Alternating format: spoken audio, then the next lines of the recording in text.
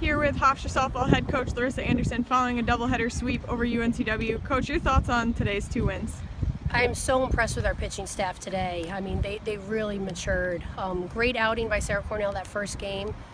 She made some great pitches in some key situations, which is why I started her the second game. Her pitch count was very low in that first game, so I kept going with her, and I said, go as long as you possibly can, and I'll come get you when you got nothing left. And all 3 of them did outstanding that second game. Very impressed with Peslak's performance, and then Irons to be able to close it out, and 2 times with the bases loaded with less than 2 outs, and some really key pitches. And it was great to see the maturity of those 2. Speaking of Irons, how did this performance especially show you how much she's progressed over the course of this season? You know, I knew she always had it in her. You know, it's just a matter of getting her a couple wins under her belt. Like I've always said all year, I've thrown her in some very tough matchups, and she's responded very well, and she continues to battle, and she's got great outings. It's just a matter of getting a little confidence here and there, and being able to trust her stuff, and she didn't try to do too much. She stayed very composed, and I'm very impressed.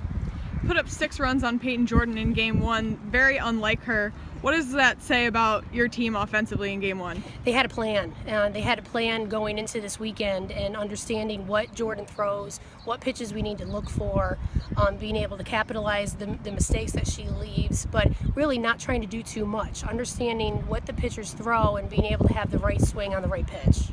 Then in Game 2, they tie it back up 3-3. What did you like from your team? How did they keep themselves in that game and give themselves a chance to win? Well, what I didn't like is the 3 errors that allowed Wilmington back in the game. That's very uncharacteristic of a Hofstra team, to be able to make those defensive errors. And it was just, we were passive. We were sitting back.